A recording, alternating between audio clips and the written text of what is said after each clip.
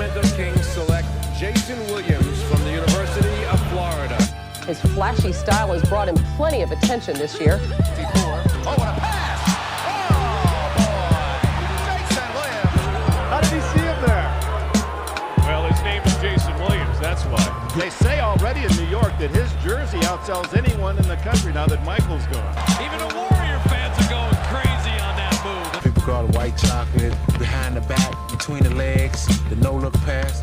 People like to see that. And here's a kid that, you know, people don't expect to do those things. Here's Jason Williams behind the back. What a play, end-to-end for Miami. If you don't like that, you don't like NBA basketball. There's more than one way to define a legend. Some may say that it's the player who wins the most championships, meaning they led their teams to the most success. Others may argue it's the person who produces the highest numbers over their career, as they can be seen as dominant over the competition. Even players who are loyal to a particular franchise over their career can be seen as a legend in their own respect. But what happens when a player comes along that challenges all of these ideas? A player that single-handedly changes the definition of a legend. Jason Williams wasn't your typical NBA star. He didn't look the part, and he didn't even put up all-star worthy numbers. However, in a time where street ball culture had begun to rise in the hoops world, J-Will gave an entire generation someone to idolize. For a small window of time, the undersized point guard was one of the most exciting players in the entire NBA. And while the spotlight proved to be too hot at times, white chocolate proved that great ball players can come in all shapes, sizes, and colors.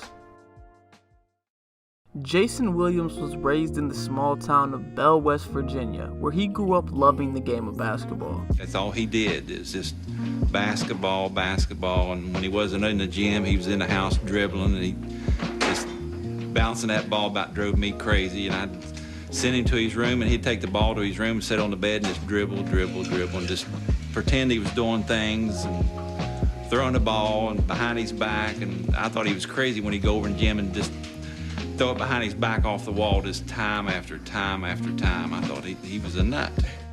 Over time, he started to develop his own unique play style, one that was centered on handling the ball and passing, less on scoring. A style that resembled the all-time greats like Pistol Pete Maravich, who was remembered for his jaw-dropping passing and ability to get the crowd off their feet at any given moment. This discouraged many of J-Will's coaches at a young age, but he knew that if he wanted to make it to the NBA someday, he'd have to be able to stand out. And you were doing ridiculous behind the back passes even during high school. Did coaches ever hesitate or kind of tell you to kind of chill out a little bit? All the time, man, all the time. But I wasn't trying to listen to none of that. You know, because I mean, everything you've seen me do, I've practiced. You know, I've worked on. So I don't think coaches could really say much. And when you were in high school, at this point, did you know you were going to go to the NBA? I personally did. I don't think anybody else knew, or nobody was trying to hear that. But that's all I knew. You know, that's what I was going to do. Over the course of his high school career, Williams gained a reputation around the state as one of the most exciting guards to watch, playing alongside future NFL Hall of Famer Randy Moss. But in a pre-mixtape era, he would find himself facing the challenge of receiving only a few college offers. In the spring of 1994, Williams committed to Big East power Providence College. However, after then head coach Rick Barnes left for Clemson that summer, Jason chose to make a change. He instead decided to attend nearby Marshall University, where a young first-year head coach by the name of Billy Donovan was trying to build a program. Together, the two built a close relationship.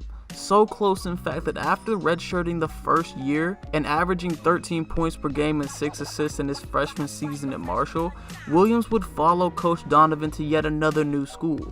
In the summer of 1996, Billy Donovan accepted the head coaching job at the University of Florida, and Jason followed close behind. After sitting out a year to fulfill NCAA regulations, Williams would become the starting point guard for the Florida Gators in the 97-98 season.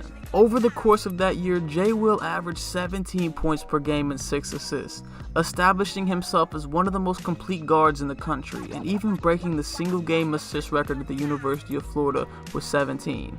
Williams' highlight reel style was beginning to get national recognition, and just as it seemed the Gators would make a push for the NCAA tournament, everything changed. In February 1998, Jason Williams was suspended indefinitely from Florida's men's basketball program for marijuana use. After finally having gained the attention that his game deserved, Williams was now faced with the harsh reality of an uncertain future. A person has to hit rock bottom before he really elevates and catapults into something special. And Jason hit rock bottom. I think probably for the first time in his life, he was at a crossroads where either I'm going to shape up, get my life in order, get my act together, or I'm going to be nobody. Well, at first, when I failed the second drug test, I got kicked off the team, and at first I was thinking, what am I going to do now? But the very next day, I put it behind me. I had to apologize to Coach Donovan, my dad. When he steps up to the plate, he's got 3 strikes. And I feel as if I've already had 2, and if I swing and miss again, then my career's through, and I don't know what I'll do then. Just months before the draft, Williams would receive a phone call from then Orlando Magic player Nick Anderson that would change the projection of his entire career. After leaving college, Jason worked out with members of the Orlando Magic, honing his skills and raising his stock. Nick Anderson of the Magic, he called me. He was just right down in Orlando, and we have the same agent, and I went down and moved in with him and started working out with those guys. They really knew a lot more about the game than I did, but once I got going and started working out and lifting weights and getting a little bit stronger, I started fitting in, I guess. On June 24, 1998, Jason Williams was drafted with the 7th overall pick in the 98 NBA draft. The pick was met with a fair share of criticism, as not only were the questions being raised about Williams' decisions off the court, but many believed his decision-making on the court was cause for concern as well. Up until that point, the NBA had done its best to avoid crossing lines between streetball culture and professional basketball. The birth of &1 basketball in 1993 had sparked a near decade-long revolution of the game, gaining fans all over the world. The flash and spectacle of streetball was looked down on by the league, and it was believed by many that no player with the flair of the streets could succeed on a professional court. However, with the face of the NBA announcing his retirement just months prior, fans were looking for more reasons to tune in, and the door was open for a new era on the hardwood. In 1998, the NBA faced the first lockout to result in a shortening of the regular season in league history, and games didn't tip off until February 5th of 1999. Jason Williams would have the keys to the Sacramento Kings offense, and with a roster full of weapons like Chris Webber, Vlade Divac, and Peja Stojakovic running the floor alongside him, the stage was set for one of the most exciting teams in the NBA. From the moment Williams stepped on the court for the first time as a rookie, he had NBA crowds eating out of the palm of his hand. With endless no-look passes, half-court alley-oops, and deep transition threes, Jay Will was performing in a way that stood out amongst traditional point guards, and the national spotlight was beginning to take notice. The league needed a shot in the arm. They needed flash. Along comes this little white guy doing things that people have never seen done before with the basketball. Jason and the Kings quickly became must-see TV nightly, playing a fast-paced transition-style game with ball movement in the half-court that made fans of all ages stand to their feet. Williams was the perfect facilitator, showcasing his skill set that had been crafted for hours in a small West Virginia gym. When he had the ball in his hands, nobody in the arena other than him knew what was going to come next, as he was finding passing angles and open opportunities that only he could create.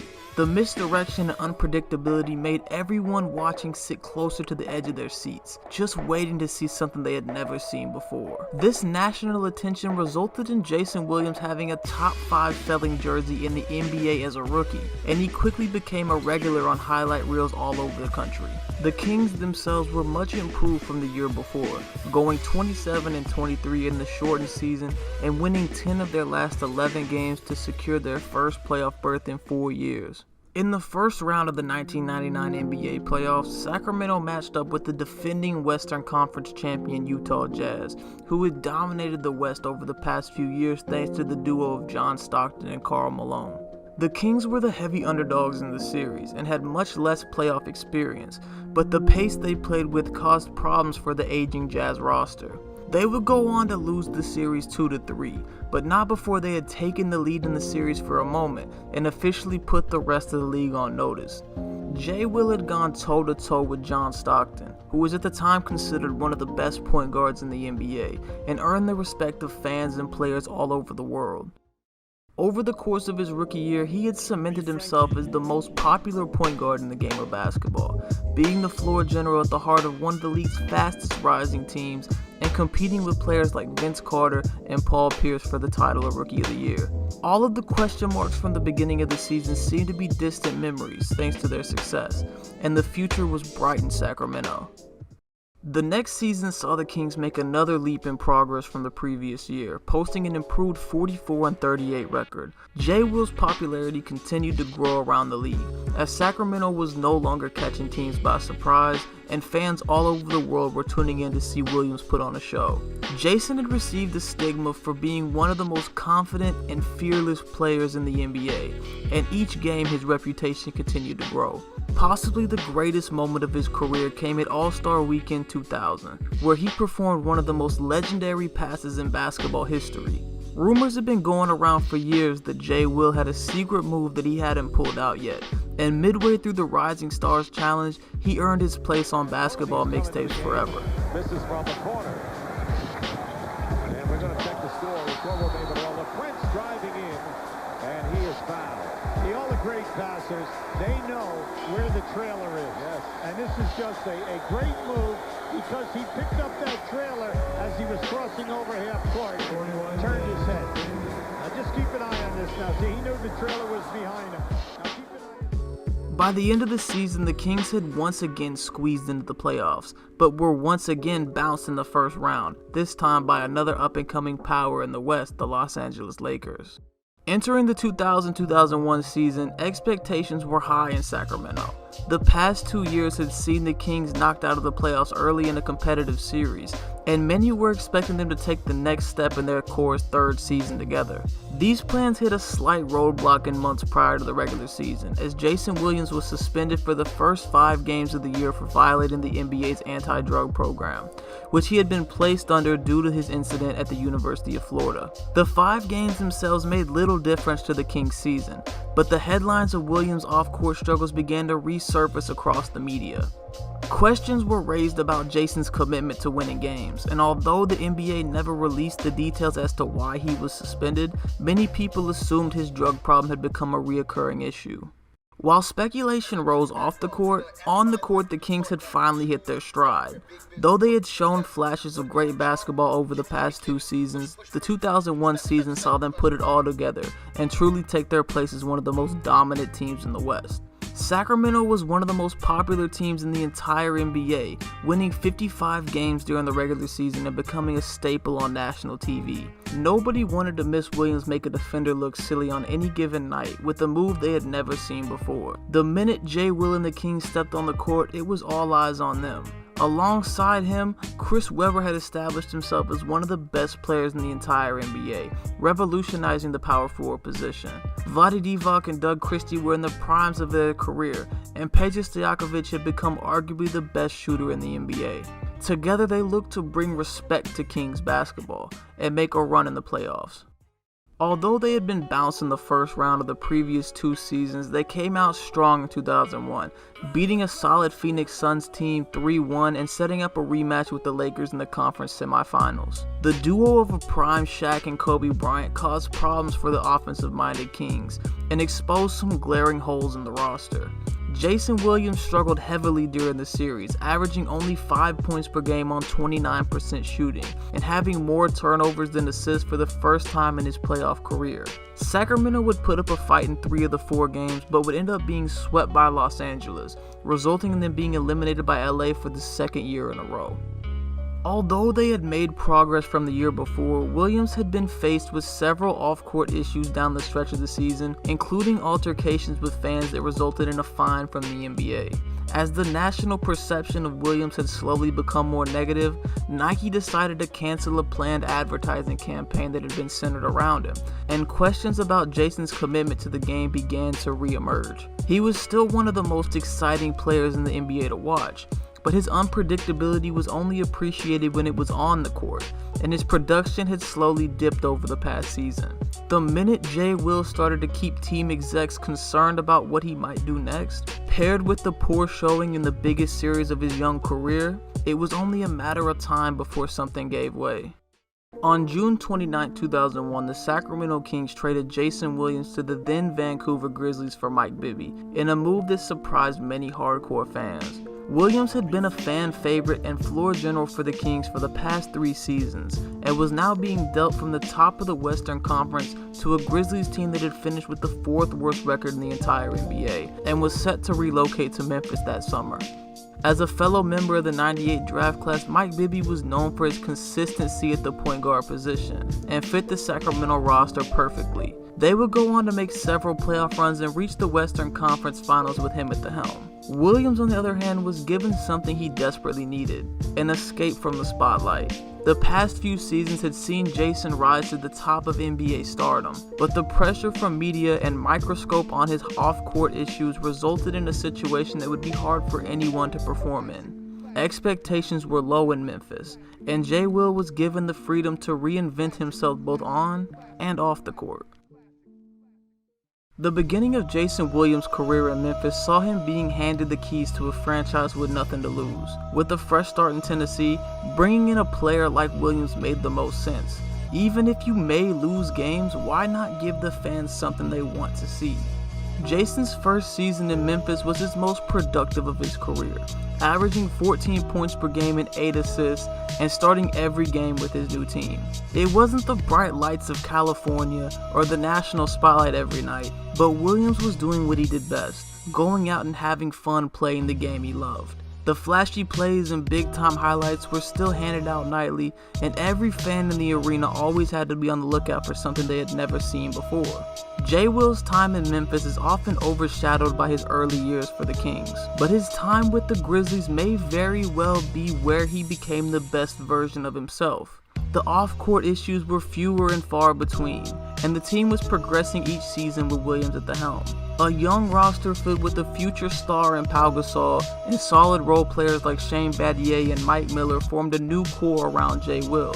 And within 2 years, the Grizzlies found themselves in the playoffs for the first time in franchise history.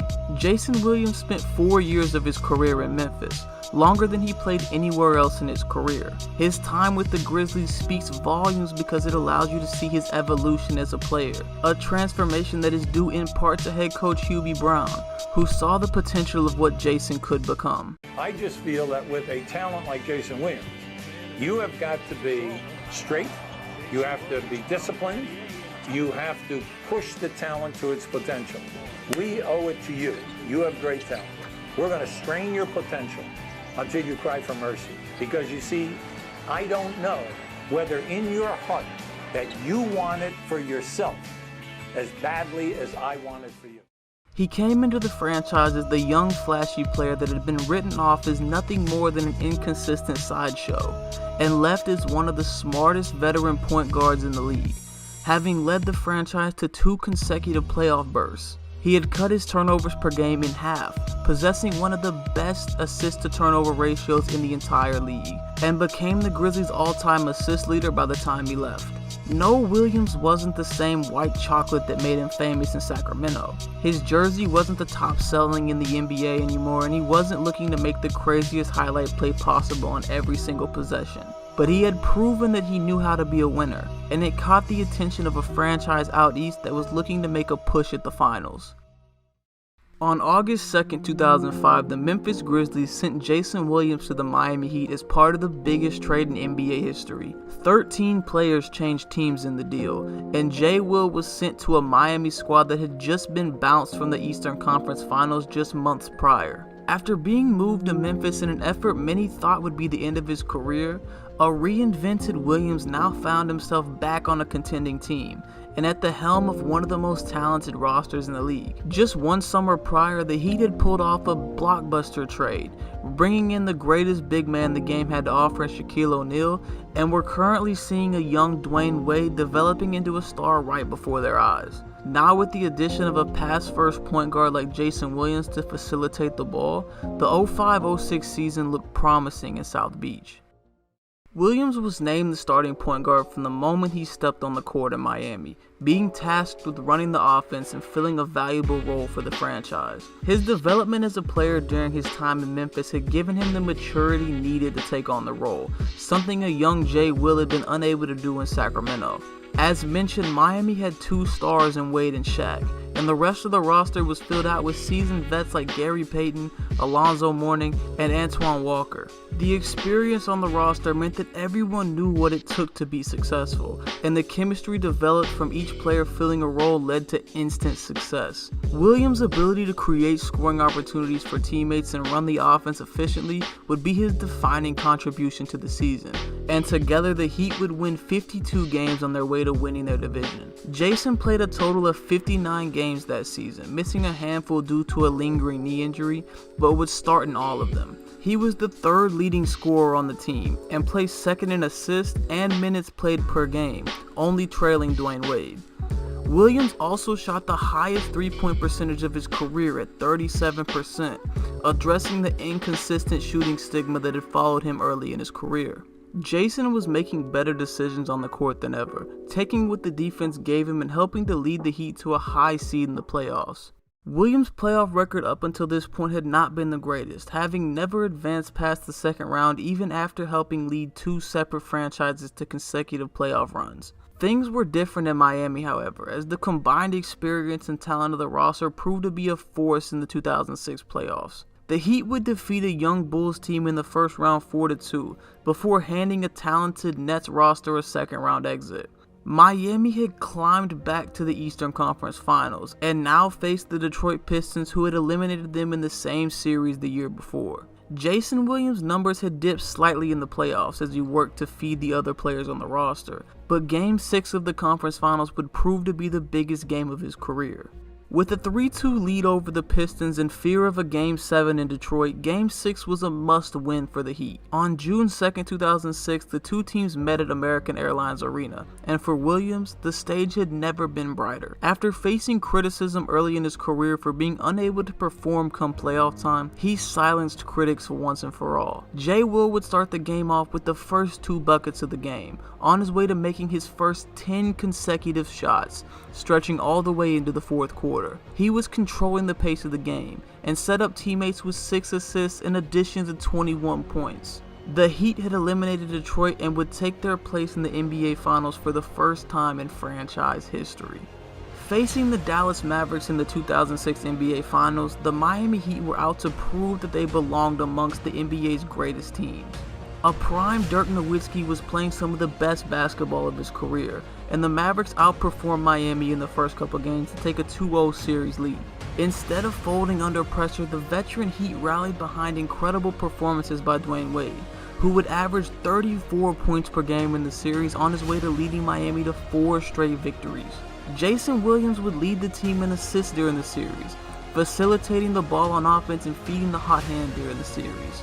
After 7 years in the NBA, filled with failed team expectations in Sacramento, disappointments in big moments, and question marks about his career, Williams would now forever be known as an NBA champion. Was this your best season? Statistically? Yeah. I'm not sure. I mean, I'm going to say it's my best season no matter what, just because we won. Yeah. Like I said, that's all that matters to me. And you ask all 15 guys on that roster, that's the same mentality. Jayson would play 2 more seasons in Miami, maintaining similar numbers and consistently being the starting point guard for the franchise. The team itself would not replicate the success they had in 2006 again during Williams' time with the Heat, being eliminated in the first round and failing to make the playoffs altogether in the next 2 seasons. By his last year in Miami, you could see that Jayson was beginning to decline in productivity, partially due to lingering knee and foot injuries, and the franchise as a whole was ready to enter into a new chapter. Jay Will's time in Miami had been the perfect climax of his career. He reached the pinnacle of basketball success and was given a second chance on a contending team that had surely seemed far away during his early years in Memphis. The Heat gave him the opportunity to prove that he was more than the flashy young star that had made his name in Sacramento. He was one of the game's best floor generals, and now had a ring to prove it. The final years of Jayson Williams' career are spread pretty thin as far as production goes. He retired for a full season after departing from Miami, then made his return to the game in the summer of 2009. Williams would sign a one-year contract with the Orlando Magic and took a reduced position with the franchise as the backup point guard.